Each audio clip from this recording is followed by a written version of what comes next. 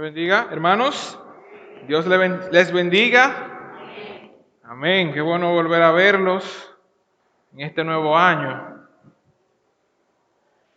Grandes cosas ha hecho el Señor y tenemos que dar únicamente el poder, la gloria a nuestro Señor que nos ha traído hasta aquí.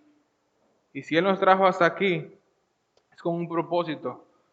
Primero, de exaltar su nombre, de alabarlo.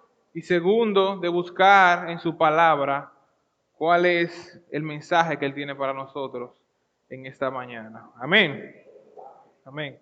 Vamos a inclinar nuestros rostros y vamos a poner este tiempo en manos de nuestro Señor para que Él sea el que nos hable a nosotros y no sea solamente palabras que yo pueda estar diciendo que salgan de mi boca, sino que sea su Espíritu Santo laborando incansablemente en nuestros corazones. Gracias, Señor, te damos por esta mañana. Gracias, Padre, por el regalo hermoso de tu palabra. Padre, te quiero agradecer por la oportunidad, Señor, de servirte. A pesar de los fallos, a pesar de mis pecados, a pesar de los errores cometidos en mi vida, tú me das una oportunidad, Señor, tan maravillosa como es la de compartir la palabra con mis hermanos. Así que, Padre, con ese mismo amor que tú has depositado en mí, Señor, te quiero pedir el mismo sentir, Padre, para con ellos. Para que tu palabra, Señor, transforme sus vidas. Para que tu palabra, Señor, sea quien esté guiándolos día tras día.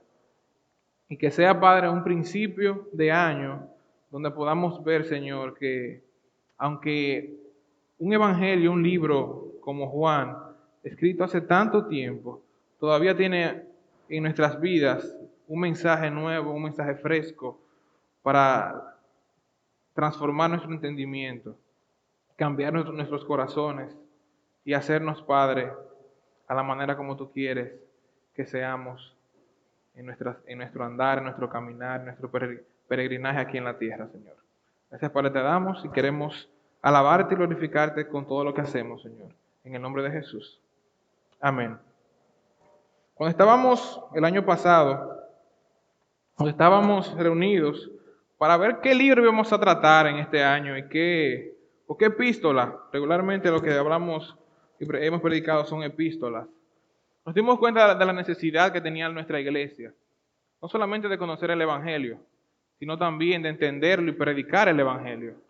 Y es por esta razón que nuestro pastor y en conciliación con algunos de nuestros líderes hemos decidido predicar acerca del libro de Juan.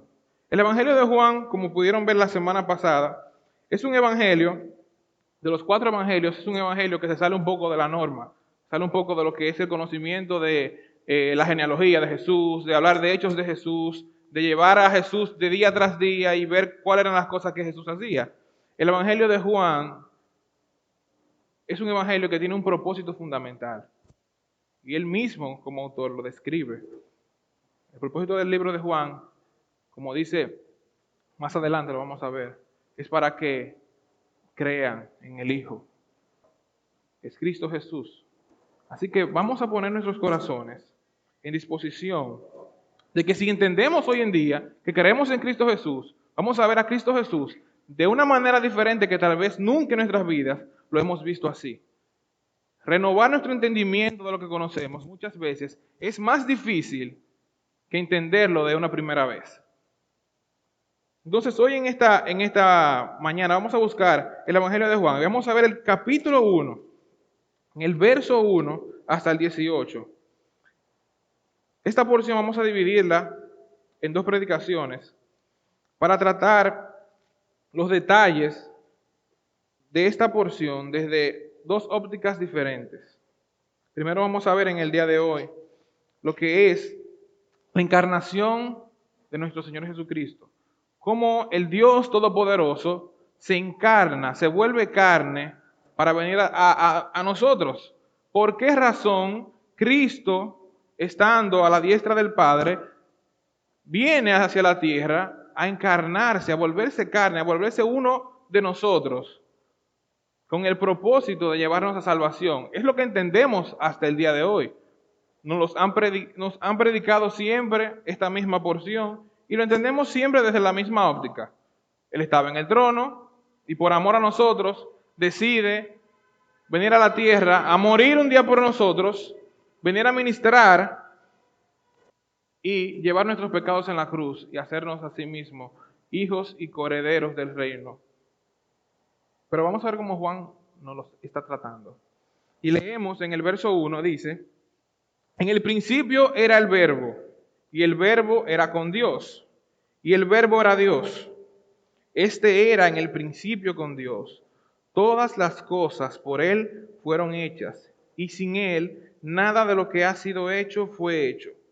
En Él estaba la vida, y la vida era la luz de los hombres. La luz en las tinieblas resplandece, y las tinieblas no prevalecieron contra ella. Hubo un hombre enviado de Dios, el cual se llamaba Juan. Este vino por testimonio, para que diese testimonio de la luz, a fin de que todos creyesen por él. No era él la luz, sino para que diese testimonio de la luz.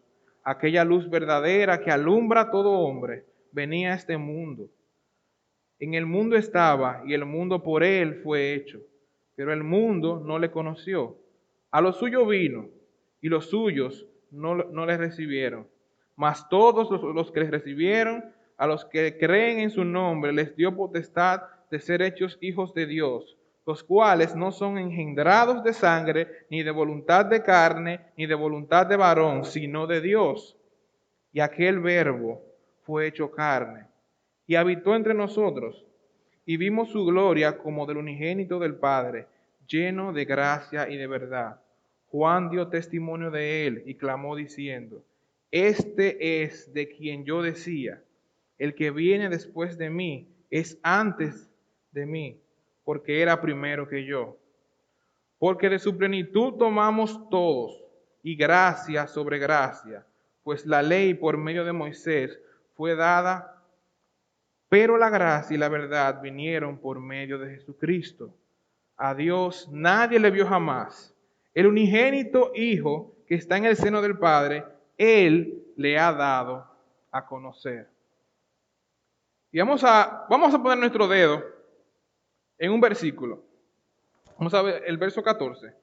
Y dice: y aquel Verbo fue hecho carne y habitó entre nosotros, y vimos su gloria, gloria como del unigénito del Padre, lleno de gracia y de verdad. Y en esta porción que vamos a estar viendo las evidencias, primero, de quién era el Verbo, por qué se hizo carne, por qué vino a habitar entre nosotros y cuál era el propósito de ver la gloria de Dios.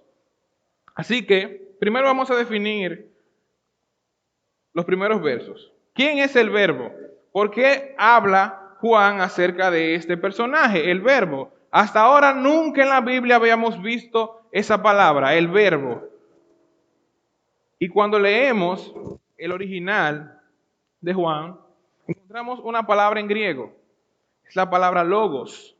Logos tiene un significado, significa conocimiento pleno.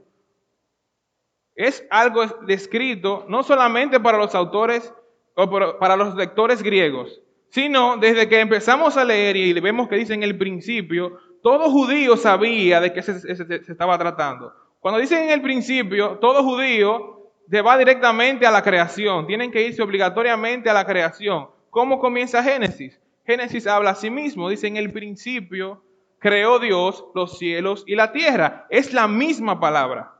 La misma palabra que se utilizó en Génesis es la misma palabra que se está utilizando ahora en Juan, en el principio. ¿Qué quiere decir esto?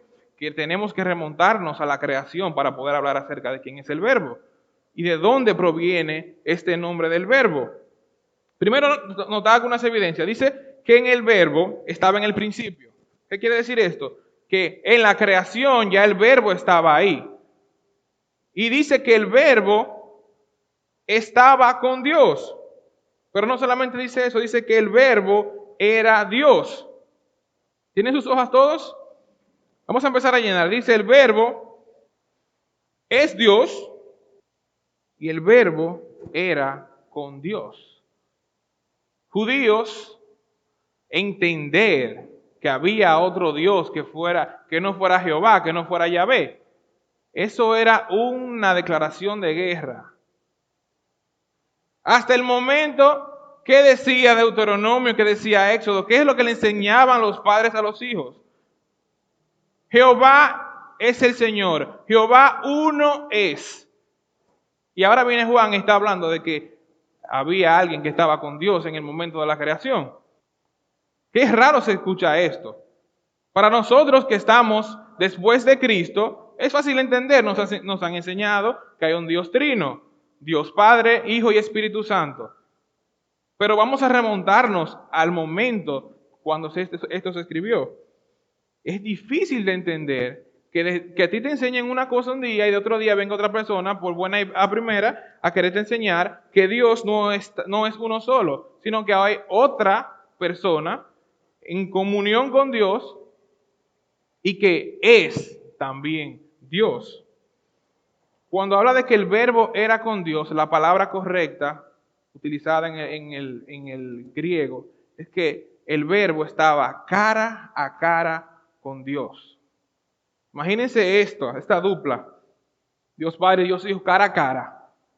Entonces, qué desafío tan grande para un lector judío entender en ese momento que el verbo es igual que el Padre que ellos conocían, que Jehová es también Dios.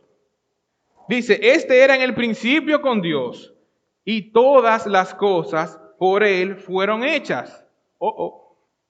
Ahora se está poniendo más complicado todavía, poniéndonos en los pantalones de los judíos. Está más complicado, ¿por qué? Porque el mismo Dios que está hablando en el Génesis, que hablaba y se creaba, es el mismo Dios que está hablando aquí. Dice que todas las cosas por Él fueron hechas. El verbo es el creador de todo. Y sin Él nada de lo que ha sido hecho fue hecho. Sin Él nada de lo que ha sido hecho fue hecho. ¿Y cómo podemos entender esto? Dice la Biblia, en muchos versos, que la creación, todo lo que podemos ver, que es creado por Dios, es un reflejo de la gloria de Dios. Hemos cantado canciones aquí que nos hablan acerca de esto. Podemos buscar en Salmos capítulo 19. Dicen que los cielos cuentan la gloria de Dios y el firmamento anuncia la obra de sus manos. ¿Qué quiere decir esto? Usted ve el cielo y el cielo le está hablando acerca de la gloria de Dios. Entonces tenemos aquí en la creación la palabra de Dios haciendo el firmamento, haciendo el cielo, y el cielo nos está contando la gloria de Dios. Ahora viene la pregunta, ¿qué es la palabra de Dios? Y es algo que tenemos hoy, que tal vez muchos de nosotros, tal vez va a ser chocante a la hora de entender esto. Verbo, en nuestro idioma español, es la acción de lo que dice la oración. Tenemos varios verbos, pero como les dije anteriormente, verbo significa en griego la palabra logos, que es todo lo que es el conocimiento y la comunicación directa de un escrito. Si la palabra de Dios en Génesis fue la que creó todo, entonces ahora nos está hablando que la palabra de Dios, el verbo, esa palabra de Dios está haciéndose carne. ¿Qué? ¿Cómo tú me estás diciendo eso? ¿Cómo tú puedes entender algo como eso? ¿Cómo yo puedo hablar y eso es lo que yo estoy hablando se va a volver carne? De menos que deben estar las neuronas ahora mismo chispeando. Qué difícil es entender esta parte, ¿verdad? Asimismo, los judíos me imagino que estaban en ese momento. ¿Cómo puedo yo entender que a mí me enseñaron primeramente que en el principio la palabra de Dios, lo que él hablaba, hacía que la creación existiera, y hoy en día me están diciendo que la palabra de Dios es alguien o una persona? Y volvemos a la palabra original. La creación es el reflejo de la gloria de Dios. Y vamos a ver más adelante qué significa esto. Dice, en él estaba la vida, en el verso 4, y la vida era la luz de los hombres. La luz en las tinieblas resplandece y las tinieblas no prevalecieron contra ella. Dice que el verbo es el dador de la vida, en el verso 4. Y en el verso 5 dice que el Verbo es la luz de los hombres. Entonces tenemos, número 1, el Verbo es Dios. El Verbo estaba con Dios. El Verbo es creador. El Verbo es dador de vida. Y el Verbo es la luz de los hombres. ¿Quién es? Cristo, ¿verdad? Fácil para nosotros entenderlo. Fácil para nosotros entenderlo hoy. Ya nos han explicado desde la escuela dominical que venimos hasta el día de hoy, nos han dicho lo mismo. Ahora, si usted se topara con ese escrito por primera vez en su vida y tiene que tratar de interpretarlo, va a ser demasiado difícil uno poder entender esa parte. Así que entendemos todos que el Verbo es la revelación directa de lo que es Dios, el Creador. Al estar el Verbo cara a cara con Dios, el Verbo tiene todas las cualidades y nos deja a nosotros conocer al Padre, tal vez como nunca en la vida lo hemos podido conocer. Por ejemplo, para ver si podemos entender esto, existe la radio. Tenemos una radio, que nos está dando una noticia, o nos está narrando un juego de béisbol. Y tenemos un televisor Ultra HD, 4K, pantalla plana, que nos está dando lo mismo que la radio nos está dando. Tenemos esos dos ejemplos. El radio le está diciendo lo que sucede en el juego, pero usted no puede verlo. La televisión está diciendo lo mismo que está diciendo la radio, pero sí tiene imagen y usted sí puede verlo. ¿Cuál le gusta más? La información llega igual, pero una nos da a nosotros el entendimiento de lo que está no solamente sucediendo, sino podemos verlo con nuestros ojos y podemos ver los detalles de cosas que la radio no nos puede decir. Eso es lo que sucedía. Dios había hablado por los profetas, había hablado por los patriarcas, había hablado por la ley. Y los judíos conocían, tenían su radio, tenían ahí la información. Pero ver al Dios encarnado, ver al Dios con los detalles como se ve, como se puede ver en una televisión 4K Ultra HD, ellos nunca habían visto esto. Ahora viene la pregunta, ¿por qué razón? ¿Cuál es el propósito de esa encarnación? ¿Por qué el Dios Todopoderoso que estaba en la creación, que estaba junto al Padre, decide venir y encarnarse? ¿Cuál es el propósito de todo esto? Y vamos a ver primero cuál es el ministerio de este Verbo encarnado para la humanidad. Primero, verso 14, dice, aquel Verbo fue hecho carne. La palabra griega para carne no es la que nosotros como derivados del latín entendemos. Cuando vemos la palabra carne entendemos que se hizo hombre. Cristo vino, se hizo un hombre. La palabra carne en el griego es la palabra sarx. La palabra sarx en griego significa no cualquier tipo de carne. Es lo más sucio que usted puede imaginarse cuando usted piensa en pecado, en esa carne. Es catalogada, cuando se utiliza esta palabra, es catalogada como una persona prostituta o una persona que está teniendo problemas con lo que es la carne desde el punto de vista del adulterio. ¿Qué quiere decir esto? Cuando dice que se hizo carne, no fue que él vino, no es que Cristo vino y se convirtió en un hombre hecho y derecho. Él se hizo carne. Él vino a padecer y a sufrir todo lo que sufre un ser humano. Todo lo que sufre un ser humano. Y vino a estar en la condición incluso de una persona que se sienta o que esté viviendo en pecado, de los pecados tal vez que para nosotros son los más sucios. Cuando se utiliza la palabra sarx en griego, es prácticamente, es una palabra poco utilizada, para ponérselo así. Y cuando viene Juan y está hablando del Verbo encarnado, de que el Verbo era Dios, Y en el verso 14 viene y utiliza que aquel verbo logos fue hecho sarx. Es un choque del cielo a la tierra. Estamos hablando de que Dios se hizo lo más bajo y vino a ser parte de la raza humana, con todo lo que esto implica. Alegrías, tristezas. Señores, Cristo vino a la tierra y Él vino a durar 9 meses en el útero de una virgen. El Dios Todopoderoso, el que hablaba y se hacía lo que Él decía, Él vino y descendió, y no descendió a hacer la cosa como a romper con las reglas. Él vino y estuvo 9 meses en el vientre de la Virgen María. Mi esposa está embarazada y cada día trae su queja, trae su problema, trae su peligro. Un embarazo es un momento de debilidad en el sentido de lo que se está ahí gestando.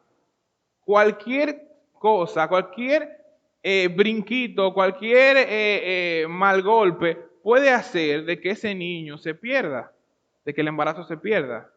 Cristo vino también a sentir y a padecer esto. Nosotros vemos muchas veces el niño Jesús y nos lo pintan el niño Jesús como un niñito con una aureola aquí, muy bonito, rosadito y muerto de la risa. No, Cristo lloró. Cuando Él nació, Cristo lloró. Igual que todos. Cristo le dieron sus gasecitos. Estando niño, Él sufrió. Esos mismos gases que tú deben a los niños desesperados llorando. Ay, que tú no sabes qué es lo que está pasando con el niño. Que es un gas que tiene. Así mismo estaba Él. Hay una canción de Navidad que una vez la cantamos, que dice: allá en el pesebre donde nace Jesús, la cuna de paja nos vierte gran luz. Pero hay otra estrofa que dice: la vaca mugiendo despierta al Señor, mas este no llora porque es puro amor. Eso no es verdad. Eso no es verdad. Cristo no era el niño que dice: ay, la vaca vino y lo despertó, y el niño muerto de la risa porque la vaca lo despertó. No, ese susto seguro que se dio cuando la vaca le mugió, Él lo hizo llorar. Ese fue Cristo. Él vino a identificarse con cada circunstancia del ser humano. Cristo, siendo niño, no siempre ganó cuando estaba jugando con los amigos. No siempre ganó.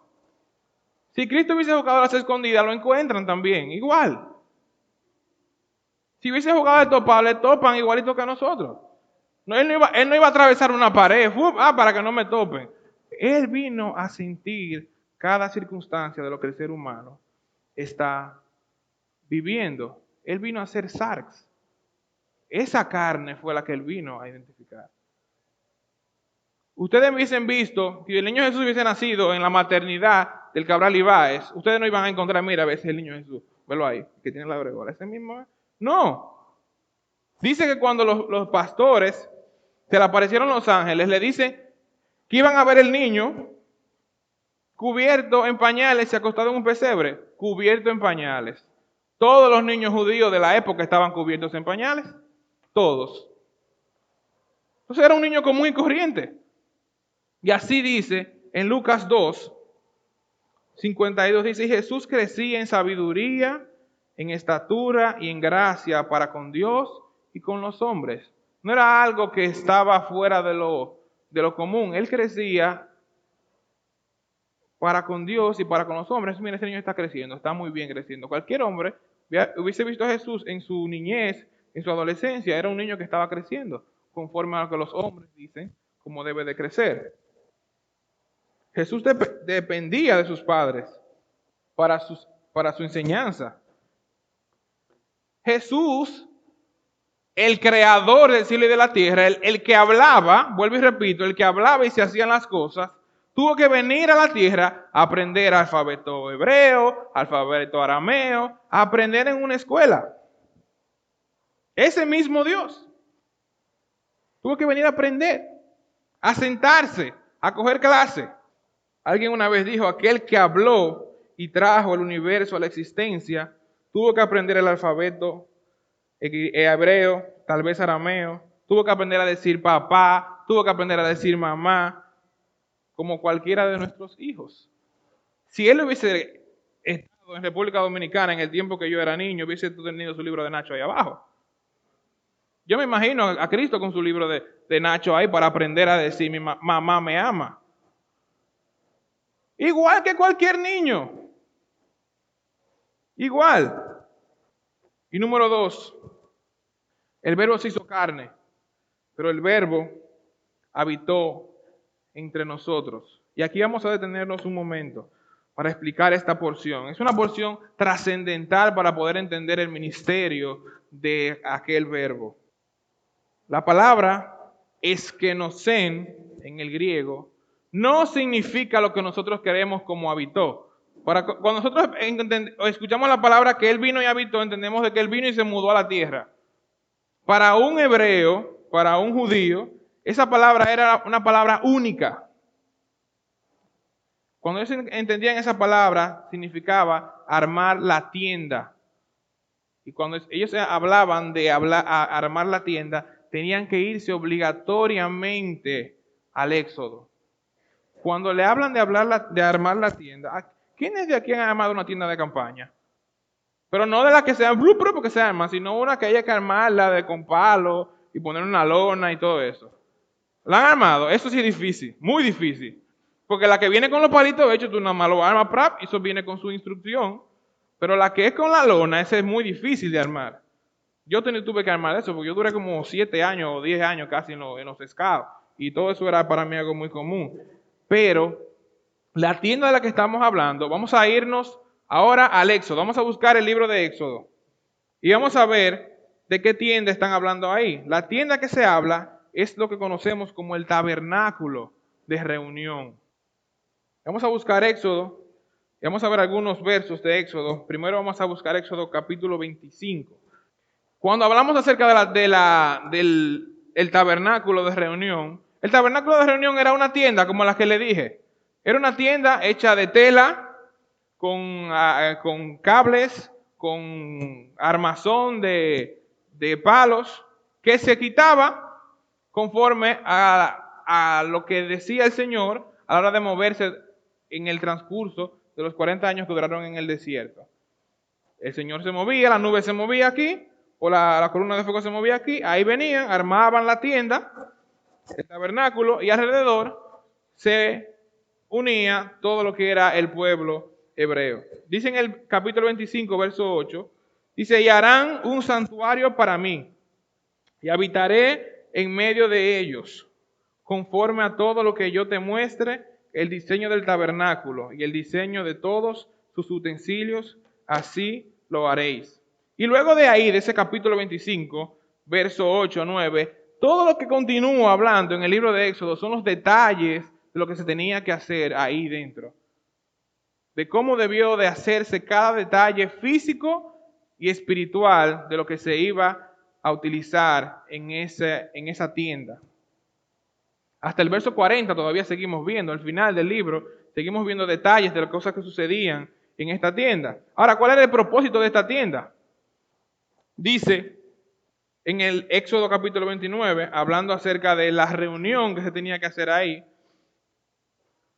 cuando estaba el proceso de la construcción de este tabernáculo, haciendo todos sus detalles, tanto en oro como en plata, como en cobre, cada detalle que estaba haciendo ahí, en ese momento todavía la presencia y la gloria de Dios no habitaba directamente con el pueblo. Moisés tenía que ir y pararse en la puerta del tabernáculo, y ahí en ese momento descendía la presencia de Dios y Moisés podía hablar, como dije ahorita, cara a cara con Dios, así mismo como el verbo en la creación y en la eternidad estaba cara a cara con el Padre. Dice en el Éxodo capítulo 29, del verso 42 en adelante, dice, y esto será holocausto continuo por vuestras generaciones, a la puerta del tabernáculo de reunión, delante de Jehová, en el cual me reuniré con vosotros para hablaros allí. Allí me reuniré con los hijos de Israel. y el lugar será santificado con mi gloria, y santificaré el tabernáculo de reunión y el altar. Santificaré asimismo a Aarón y a sus hijos, para que sean mis sacerdotes, y habitaré entre los hijos de Israel, seré su Dios, y conocerán que yo soy Jehová su Dios, que los saqué de la tierra de Egipto para habitar en medio de ellos, yo Jehová su Dios. Dos propósitos por los cuales Jehová sacó al pueblo de Egipto, no solamente para que no fueran esclavos de Faraón. El propósito de él sacarlos de ahí es que él quería habitar con ellos en el desierto. Y esta palabra habitar es la misma palabra que estamos viendo en Juan. El Verbo habitó entre nosotros. El Verbo hizo su tienda de campaña y habitó entre nosotros. El propósito de esto es que Dios siempre ha querido tener una relación estrecha con su pueblo. Él siempre ha querido estar en el centro de su pueblo. Y asimismo, como lo vemos ahí, en el momento que estaban en el desierto era una tienda. En la tienda estaba la presencia de Dios. Y el pueblo tenía que reunirse alrededor de la tienda. 400 años sucedieron después de esto. Y se crea un templo. La tienda era movible, se podía mover para cualquier lado. El templo no. El templo era un lugar de adoración. Y dice en Reyes que cuando se terminó la construcción del templo, cuando Salomón termina la construcción del templo, entran los levitas y cuando los levitas salen, la presencia de Dios que estaba junto al arca, vino a morar entonces en el templo. Estamos viendo un pueblo que siempre ha tenido la presencia de Dios con ellos. Crea este templo, el templo hermoso de Salomón, y la presencia de Dios estaba en el templo, en el lugar santísimo. Dicen que cuando el sacerdote entraba directamente a una sala. La sala se llamaba el lugar santo. En este lugar santo se encontraban algunos muebles. Pero más allá había un lugar que era el lugar santísimo. Estaba dividido del lugar santo por una cortina. Esta cortina no era una cortina cualquiera. Era una cortina tan fuerte que con una espada, dice, no se podía rasgar. Una persona con toda la fuerza no podía rasgarla. Y esa misma cortina fue la que Cristo en su muerte pudo rasgar. Entonces, el lugar santísimo era el lugar donde habitaba la presencia de Dios. A ese lugar el sumo sacerdote podía entrar una vez al año con un propósito único de presentar sacrificio y holocausto por el pecado del pueblo completo durante ese año, con el fin de que Dios perdonara sus pecados. Una vez al año, en el día de Yom Kippur, día de la expiación, se entraba a este lugar santísimo. Pero ¿qué sucede luego de esto? Por eso quiero explicarlo, para que entendamos cuál es el propósito de Dios a la hora de hablarnos acerca del Verbo que vino y habitó entre nosotros. Estamos en el templo, ¿verdad? Suceden eventos que se narran en la profecía de Ezequiel, cuando por el pecado del pueblo, la presencia de Dios salió del templo, y en ese momento es que viene lo que es el ataque por los babilonios, y llevan y expulsan al pueblo del lugar de lo que es el área judía, y el templo es destruido. La presencia de Dios no vuelve a estar con ellos. 600 años después de la destrucción del templo, la presencia de Dios vuelve, y vuelve no solo como ellos se lo imaginaban, en una columna de humo, vuelve en un santuario perpetuo como un niño. Vuelve como un niño, se encarna. Por eso es que esta porción dice que Él habitó entre nosotros. El santuario definitivo donde la presencia de Dios iba a morar, el lugar santísimo donde nosotros podemos llevar nuestros pecados para que sean perdonados, es en el santuario eterno que es Cristo Jesús. Es el único y definitivo santuario, es el único lugar donde podemos nosotros ir a buscar la gloria de Dios, ver a Dios como solamente Cristo puede a nosotros reflejarnos, porque Él estuvo cara a cara con Dios desde la eternidad y es el que puede a nosotros enseñarnos cuál es el carácter de Dios. No solamente ver a Dios como una columna de humo, no solamente ver a Dios como una columna de fuego, sino ver el carácter, ver a Dios, ver lo que ha sido Dios siempre desde el principio en la figura de Cristo Jesús. Si a nosotros nos llama la atención esto, si a nosotros no nos sorprende, debemos de orarle a Dios para que Dios a nosotros nos vuelva a dar el sentimiento de impresionarnos a la hora de ver su encarnación. La encarnación de Dios no es algo que solamente se debe de hablar en diciembre. Por eso yo pedí que dejaran la decoración. Yo fui que pedí que dejaran la decoración. Porque traemos solamente en una fecha del año y recordamos que Él vino. Sin embargo, este momento trascendental, que no solamente divide la historia como la conocemos, para nosotros tiene una enseñanza que es una enseñanza que debe de estar día tras día en nuestras mentes. Seamos creyentes. Y si, hermano, que estás aquí, o amigo que no conoces al Señor, es un momento trascendental para su vida el entender esta enseñanza. Los judíos entendían de una vez lo que significaba gracia sobre gracia. Es una fuente inagotable de gracia. Y de la plenitud de lo que es Cristo, tomamos nosotros diariamente gracia sobre gracia, sobre gracia, sobre gracia. Todos los días estamos viendo la gracia de Dios. Y no es algo nuevo. La Biblia nos está diciendo que de esa plenitud estamos tomando todos los días gracia y gracia y gracia. La gracia de Dios no se termina. El número 3 dice, Cristo nos permite llegar a la presencia de Dios. Como le decía anteriormente, Cristo es el lugar de reunión donde podemos encontrarnos con Dios. Él es el altar donde nuestros pecados son expiados, para que podamos gozar de una íntima relación con el Dios Todopoderoso, 3 veces santo. Él es el único lugar. Si no lo conoces, la única manera de poder agradar a nuestro Dios es yendo a este lugar santo, 3 veces santo, llamado Cristo Jesús. Número 3, vimos su gloria. Vamos a buscar Hebreos capítulo 1. Es un verso que me encanta leerlo. Vamos a buscar Hebreos capítulo 1, verso 1 al 3. Dice en Hebreos capítulo 1, verso 1 al 3, dice, Dios habiendo hablado muchas veces y de muchas maneras en otro tiempo, a los padres por los profetas, en estos postreros días nos ha hablado por el Hijo, a quien constituyó heredero de todo, y por quien asimismo hizo el universo, el cual siendo el resplandor de su gloria y la imagen misma de su sustancia, quien sustenta todas las cosas con la palabra de su poder, habiendo efectuado la purificación de nuestros pecados por medio de sí mismo, se sentó a la diestra de la majestad en las alturas. ¿Entendieron lo que le estoy diciendo? Ok, miren lo que dice en el original.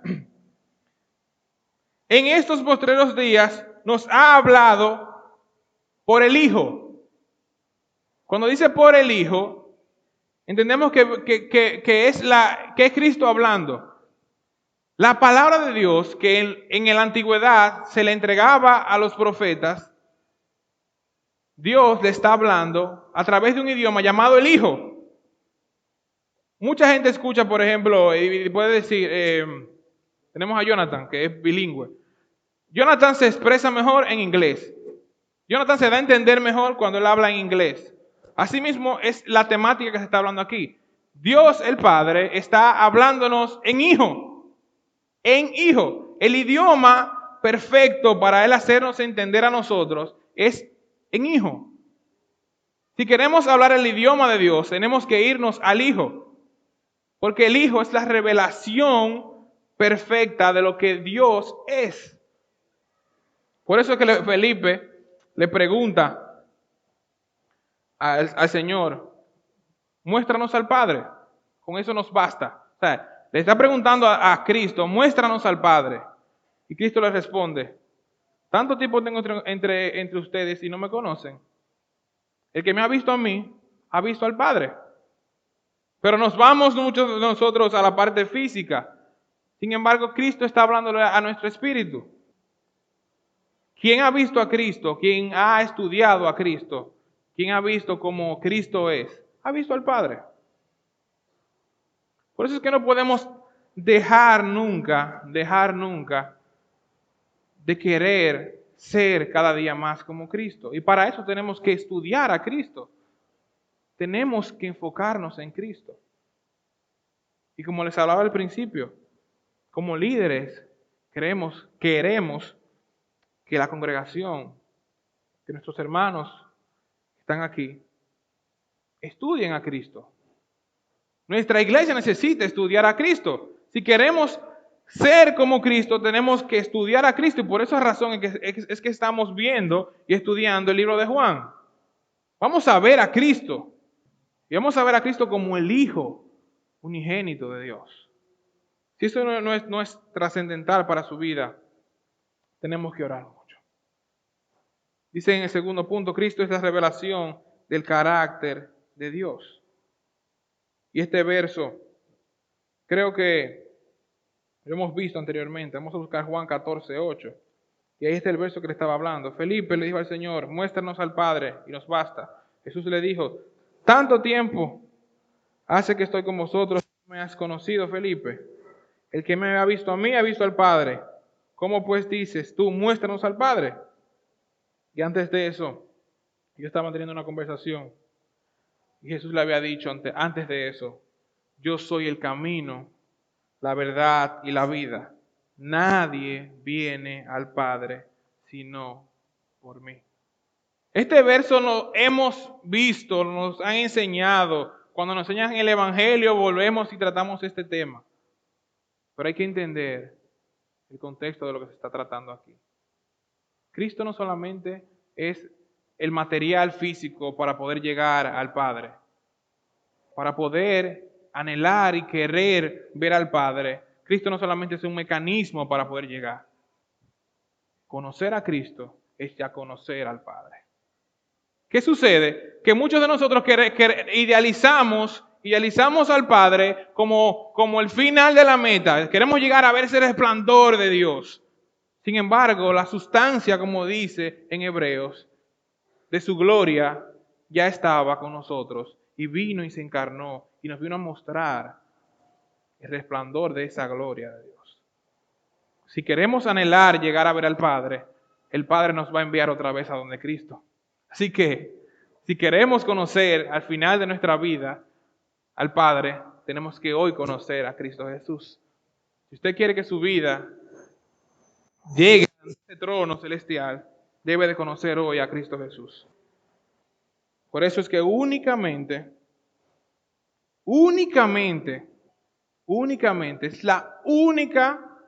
único camino para nosotros poder conocer al Padre. Vamos al verso que estamos tratando, de Juan capítulo 1. Dice en el verso 17 y 18, pues por la ley, por medio de Moisés, fue dada, pero la gracia y la verdad vinieron por medio de Jesucristo. A Dios nadie le vio jamás. El unigénito Hijo que está en el seno del Padre, Él le ha dado a conocer. Moisés, en el relato que estábamos tratando anteriormente, él le pidió a Dios, él quería verlo cara a cara, quería ver su rostro. Dios no le permitió esto, tenía que morir para poder verlo. El único, como dice aquí en el verso 18, que ha visto al Padre es el unigénito Hijo, que está en el seno del Padre. Cuando leemos esta porción otra vez y leemos que está en el seno del Padre, imagínense esto. Más cerca de ahí no se puede estar. Si usted quiere averiguar cómo es Dios, cómo es el Padre, volvemos otra vez a la raíz. El unigénito Hijo de Dios es el que le ha dado a conocer. Y cuando hablamos de unigénito, es el único. Podemos decir hoy en día, pero somos hijos de Dios, todos somos hijos de Dios. Somos hijos de Dios por eso. Porque conocemos, o lo que conocemos del Padre es a través de Cristo. Y porque Cristo vino y se encarnó, es que Él nos ha dado la oportunidad de poder llegar ante la gloria de Dios a través de Él.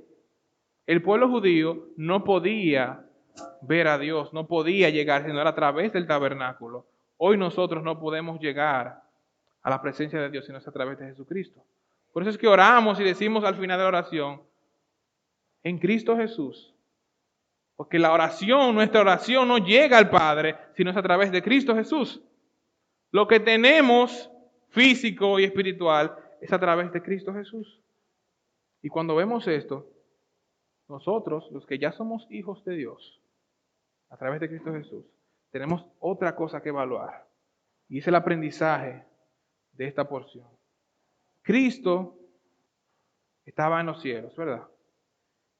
Él no escatimó ser igual a Dios y descendió por nosotros para servirnos, para ministrarnos a nosotros, para darnos el camino al Padre. Por eso vamos a buscar esta porción. Y quiero que todos mis hermanos de la iglesia lo busquen. Todos los que estamos sirviendo en ministerio, busquemos esta porción. Filipenses, capítulo 2, verso 5. Filipenses, capítulo 2, verso 5. Amén, ¿lo tenemos todos? Dice, haya pues en vosotros este sentir que hubo también en Cristo Jesús, el Verbo encarnado, el cual siendo en forma de Dios, no estimó el ser igual a Dios como cosa que aferrarse, sino que se despojó a sí mismo tomando forma de siervo, hecho semejante a los hombres, y estando en la condición de hombre, se humilló a sí mismo, haciéndose obediente hasta la muerte y muerte de cruz. Por lo cual Dios también le exaltó hasta lo sumo y le dio un nombre que es sobre todo nombre, para que en el nombre de Jesús se doble toda rodilla de los que están en los cielos, en la tierra y debajo de la tierra, y toda lengua confiese que Jesucristo es el Señor, para gloria de Dios Padre. Haya pues en nosotros este mismo sentir que hubo en el Verbo que estuvo en el principio. Haya pues en nosotros este mismo sentir. Debemos de sentir esto día tras día. Cuando usted crea que usted está sirviendo y que ya se le acabó la fuerza para servir, haya pues en ustedes este mismo sentir. Haya pues en nosotros este mismo sentir. Y que cuando Cristo venga nos encuentre a nosotros con este mismo sentir. Porque ejemplo nos dio a nosotros. Que encuentre una iglesia que está dispuesta a humillarse hasta lo sumo para servir a los demás. Y usted, amigo, que tal vez no conoce de lo que estoy hablando, su pecado solamente puede llegar y ser perdonado a través del altar que es la sangre de Cristo Jesús. La única forma de perdonar el pecado es a través de este altar. Y si usted no le conoce y quiere conocer al Padre, pídale a Dios hoy que le muestre al Padre. Y el Padre lo va a llevar a Cristo Jesús. Y Cristo Jesús es quien le va a enseñar a usted cómo es el Padre. Si usted tiene el deseo, el anhelo de conocer a este Cristo Jesús, pídale a Dios hoy en oración que le muestre al Padre. Vamos a inclinar nuestros rostros y vamos a orar por nuestra iglesia, vamos a orar por nuestros hermanos, vamos a orar por cada hombre y mujer que todavía no conoce al Señor. Señor Jesús, gracias por tu ser el Verbo que en el principio, el unigénito Hijo de Dios, descendió por amor a nosotros. Podemos decir hoy en día, nada nos separará del amor de Dios que es en Cristo Jesús. Nada nos separará del amor de Dios que es en Cristo Jesús. Pero Padre, queremos extenuar nuestra oración para que tú sigas haciendo la obra de salvación, Padre, en las personas que no te conocen. Tú dejaste el cielo por salvarnos a nosotros. Nosotros, Padre, tenemos que dejar nuestra comodidad por amor a los otros. Permítenos salir, Padre, de nuestras zonas de confort, Que este año, Padre, sea un año donde podamos atrevernos a hacer cosas nuevas, Padre, por amor a ti. Como dice este libro de Juan, este Evangelio de Juan, esta es la vida eterna, que te conozcan a ti, el único Dios verdadero, y Jesucristo, a quien has enviado. Esa fue la oración, unigénito Hijo de Dios, por cada hombre y mujer, para que te conociera. Así que, Padre, permítenos conocerte cada día más. Renueva nuestro entender, Padre, de lo que tú eres, de lo que tú has hecho y de lo que tú haces, Señor. Renueva nuestro entendimiento. Por eso, Padre, en esta mañana queremos agradarte a ti, únicamente a ti, con lo que hacemos y en la forma en que vivimos, Señor. Mira nuestros pecados y permítenos, Señor, acudir al tabernáculo permanente que tú has dispuesto para nosotros, tu Hijo, quien derramó su sangre por el perdón de nuestros pecados.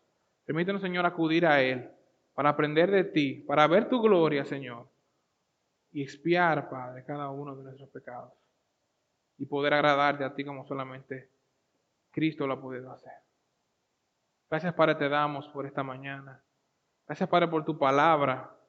Padre, que siga tu palabra transformando nuestras vidas, transformando esta iglesia, Señor, transformando los hombres y mujeres que sirven en esta iglesia. Y permítenos, Padre, ser ejemplos de tus hijos y poder reflejar tu gloria, como Cristo, Padre, ha reflejado tu gloria y el carácter del Padre. Gracias, Padre, te damos en el nombre de Jesús. Amén.